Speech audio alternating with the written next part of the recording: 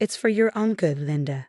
This amateur work would embarrass our family name at the Heritage Festival, my mother-in-law Margaret declared, her scissors slicing through what she thought was my grandmother's cherished quilt. I stood in her craft room, watching as she butchered the fabric with her improvements, each cut making my heart race, not from distress, but from the effort of hiding my smile. My name is Linda Parker, and at 34, I've spent the last decade perfecting the art of dealing with Margaret Wells, the self-proclaimed queen of the local quilting society. She'd never forgiven me for stealing her precious son David away from the wealthy socialite she handpicked for him. The fact that David and I fell in love while restoring vintage motorcycles, another hobby she deemed unsuitable for a Wells, only added fuel to her disapproval. The festival judges expect perfection, Margaret continued, her perfectly manicured nails tracing over the quilt's surface. These primitive stitches would never win. Really, Linda, if your grandmother was any good at quilting, why didn't she ever enter competitions? I bit my tongue, remembering Grandma Rose's words. Sometimes, sweetheart, the best victory is the one only you know about. My grandmother had been my rock, raising me after my parents' accident when I was 12. She taught me everything: cooking, gardening, and most importantly, the art of quilting. But not just any quilting. Rose Mitchell had a secret technique, one passed down through generations of women in our family. You're right, Margaret, I said softly, watching her pause mid-cut, clearly surprised by my easy agreement. Grandma never did enter any competitions. What I didn't mention was that Rose Mitchell's quilts were actually highly sought after by collectors who recognized her unique signature pattern. A subtle, almost invisible variation in the stitching that made her quilts not just beautiful, but valuable pieces of folk art. Only a handful of her quilts existed, and fewer still had her special pattern. Margaret's eyes narrowed at my compliance. She was used to our subtle battles, my quiet resistance to her attempts to improve everything about me. Well, she said, clearly thrown off balance, I'm glad you're finally seeing reason. This pattern is outdated, the stitching is uneven, and honestly, the color choices are questionable at best. I nodded, picking up a piece of the fabric she'd discarded. The quilt she was destroying was actually a clever replica I'd made specifically for this moment. After years of Margaret's not-so-subtle hints about fixing my grandmother's work, I prepared for the inevitable. The real heirloom was safely stored in a climate-controlled unit across town, along with Grandma's other precious pieces. The Heritage Festival is in 3 days, Margaret announced, pulling out her own expensive fabrics. I'll rework this into something presentable. The Wells family has won the quilting competition for the past 5 years, and I won't let that streak end because of inferior materials. I watched as she began laying out her design. All sharp angles and modern patterns, nothing like the intricate flowing designs my grandmother had created. Margaret's quilts were technically perfect, machine precise, and utterly soulless. She'd never understood that quilting wasn't just about perfect stitches. It was about telling a story through fabric and thread. Would you like help? I offered, knowing her answer before she spoke. Oh no, dear, she said with false sweetness. Why don't you focus on the bake sale instead? Simple things are more your speed. I left her craft room, my phone buzzing with a text from David. Mom's still improving things. My husband knew all about his mother's attempts to remake me into her idea of a proper Wells wife.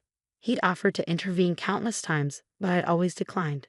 Some battles were worth fighting quietly. Just fixing Grandma's quilt, I texted back. Everything's going according to plan. Later that evening, as Margaret proudly showed off her progress to David and his father George, I slipped away to my craft room. Hidden behind panels of fabric samples and sewing supplies was a small safe. Inside lay my real entry for the Heritage Festival, a quilt I'd spent the past year creating, incorporating every technique my grandmother had taught me. The pattern seemed simple at first glance, a traditional tree of life design rendered in subtle shades of blue, green, and gold. But within the pattern, visible only to those who knew where to look, was Rose Mitchell's signature technique. Each stitch told a story, creating a secondary pattern that emerged only when the light hit it just right. It was more than a quilt. It was a piece of my history, my grandmother's legacy woven into every careful stitch. My phone buzzed again, this time with a message from Susan, the Heritage Festival's head judge. Everything set for Friday. Your grandmother would be proud. I smiled, remembering the last conversation I'd had with Grandma Rose before she passed away 2 years ago. She'd made me promise to keep our family's quilting tradition alive, but to do it my way.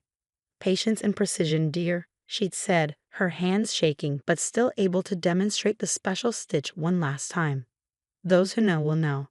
Margaret's voice carried down the hallway, discussing her plans to display her improved version of my family quilt. It'll be a surprise for everyone, she declared. No one will expect such a modern take on a traditional pattern. Linda will thank me when we win. I closed my safe quietly, touching the simple gold locket I always wore, the one containing a small piece of my grandmother's first quilt. Oh, Margaret, I whispered to myself, you have no idea how right you are about the surprises in store at the festival. The next 2 days passed in a blur of preparation. Margaret worked feverishly on her improvement project, completely transforming what she thought was my family heirloom into something unrecognizable. I kept myself busy helping with festival preparations, setting up display areas, and carefully avoiding any mention of quilts or competitions. The evening before the festival, as I carefully packed my real entry away, David came into our room. Mom's finally finished, he said, running a hand through his hair, a nervous habit he'd had since childhood. She wants everyone to see it at breakfast tomorrow before we head to the festival. I leaned into his embrace, feeling the rumble of his laugh. You're really going to let her show that thing to everyone? Sometimes, I said, echoing my grandmother's wisdom, the best lessons come from letting people believe they've won. David kissed the top of my head. Rose Mitchell's granddaughter through and through. Mom has no idea what's coming, does she? I smiled, thinking of the judges' faces when they'd seen my test pieces, of the quiet arrangements we'd made for the festival's special exhibition. Let's just say the Heritage Festival is going to be very interesting this year. The morning of the Heritage Festival dawned bright and clear. I sat at Margaret's immaculate dining room table, watching her unveil her masterpiece to the family. The quilt she created from the remnants of my decoy was exactly what I'd expected, technically perfect and completely devoid of character. Notice how I've modernized the dated pattern, Margaret explained, gesturing to the sharp geometric shapes she'd incorporated. The judges will appreciate the innovation. It's a perfect blend of traditional and contemporary. She paused, fixing me with a pointed look. Much better than the original, don't you think, Linda? David squeezed my hand under the table as I nodded pleasantly. It's certainly different, I replied, causing my father-in-law George to hide a smile behind his coffee cup. Unlike his wife, George had always treated me with quiet kindness. He even confided once that I reminded him of his own mother, who had also preferred working with her hands to attending social functions. Different. Margaret's eyes narrowed. It's exceptional.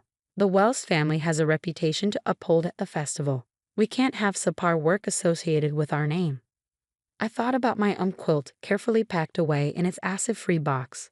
Grandma Rose had always said that true craftsmanship speaks for itself. No need for grand announcements or self-promotion.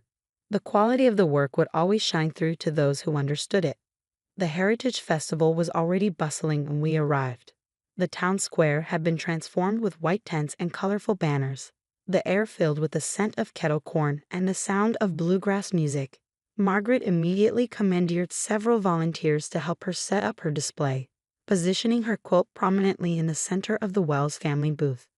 Linda, she called out, make yourself useful and hand out these promotional cards. People should know where this piece came from. The cards, I noticed, made no mention of my grandmother's original work, crediting only Margaret Wells for the design. Actually, I said, checking my phone, I'm needed at the registration tent. They're short-handed this morning. Before Margaret could protest, I slipped away through the crowd. Instead of heading to registration, I made my way to a small tent at the far end of the square. Susan, the head judge, was waiting for me. Everything's ready, she said, helping me unpack my quilt. The special exhibition space is prepared exactly as we discussed. We carefully hung my piece, adjusting the lighting until it was perfect. In the proper light, my grandmother's signature pattern emerged. Subtle variations in the stitching that created a secondary design, visible only to those who knew what to look for. It was like a secret language, passed down through generations of women in my family. Rose would be so proud, Susan murmured, stepping back to admire the work. I remember when she taught at the college's textile program. None of us could ever quite figure out how she achieved this effect. I smiled, remembering countless hours spent practicing with my grandmother, her patient hands guiding mine through the complex stitching pattern. It took me years to master it, I admitted. Every time I thought I had it, she'd show me something new, some tiny detail I'd missed. Back at the main exhibition area, Margaret was holding court, describing her innovative techniques to a group of polite listeners. I caught David's eye and winked, our signal that everything was in place. The judging began at noon. Margaret stood proudly by her display, confident in her inevitable victory. I watched as the judges made their rounds, taking notes and examining each entry carefully. When they reached Margaret's quilt, she launched into her prepared speech about modernizing traditional patterns. "And where did the original design come from?" one judge asked, adjusting her glasses. "Oh, it was just an old family piece," Margaret said dismissively.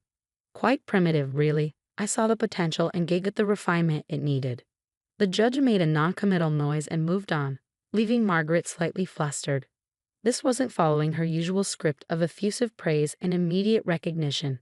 At 2 o'clock, Susan took the stage for the special announcement we planned. "Ladies and gentlemen," her voice rang out over the festival grounds, "this year we have a unique privilege. Many of you may remember Rose Mitchell, whose quilts were legendary in our community." I saw Margaret's head snap up at the mention of my grandmother's name. "We're honored to present a special exhibition of Rose Mitchell's work, including a never-before-seen piece that demonstrates her famous hidden pattern technique." Susan paused, letting the murmur of excitement ripple through the crowd. "Even more special, this new work comes from her granddaughter, who has mastered Rose's unique method." The crowd began moving toward the small tent, Margaret among them, her face a mix of confusion and disbelief. I stayed back, watching as people filed in to view my quilt. From where I stood, I could hear the gasps of recognition from those who had known my grandmother's work, the excited whispers as they pointed out the subtle pattern emerging in the light. "It can't be," I heard Margaret say, her voice carrying over the crowd. "Linda doesn't. She couldn't." But I could, and I had. Years of patience, practice, and quiet determination had led to this moment, not for revenge or triumph, but for honor. Honor of my grandmother's legacy, her art, and her wisdom. David appeared at my side, slipping an arm around my waist. "Should we go in?" he asked softly. I leaned into his embrace, watching as Margaret stood frozen before my quilt, her carefully constructed world of superiority crumbling around her. "Not yet," I said. "Let's give her a moment to process it all." Through the tent's opening, I could see my quilt catching the afternoon light, the hidden pattern shimmering like a secret finally revealed. Grandma Rose had always said that the best lessons come when we least expect them, and that true art speaks to the heart without needing to raise its voice. I touched my locket, feeling the small piece of my grandmother's first quilt safely tucked inside. Somewhere, I knew she was watching, and I hoped she was proud of how I'd chosen to reveal her legacy, not with anger or confrontation, but with the quiet confidence she had always taught me to embrace. The afternoon light filtered through the festival tents as I finally made my way to the special exhibition space. Margaret stood there, still staring at my quilt, her face a complex mixture of emotions. For once, she seemed at a loss for words. "The secret is in the tension of each stitch," I said quietly, moving to stand beside her. Grandma Rose spent years perfecting it. She said the trick was knowing exactly how much pressure to apply. Too much, and the pattern becomes obvious. Too little, and it disappears completely. Margaret turned to me, and for the first time since I'd known her, I saw something different in her eyes. Not judgment or criticism, but a glimmer of understanding. "The one I modified," she said hesitantly. "It wasn't the real one, was it?"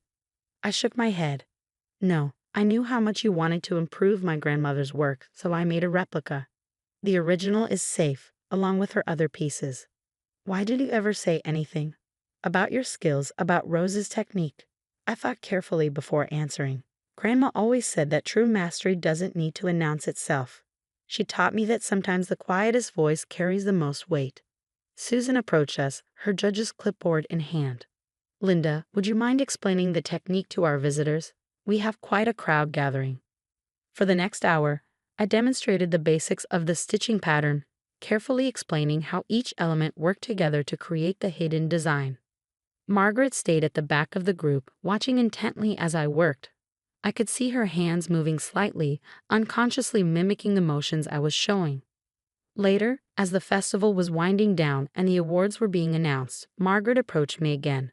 She held her honorable mention ribbon, twisting it between her fingers. "I've been thinking," she said, her voice softer than I'd ever heard it. "Your grandmother, she taught at the college?"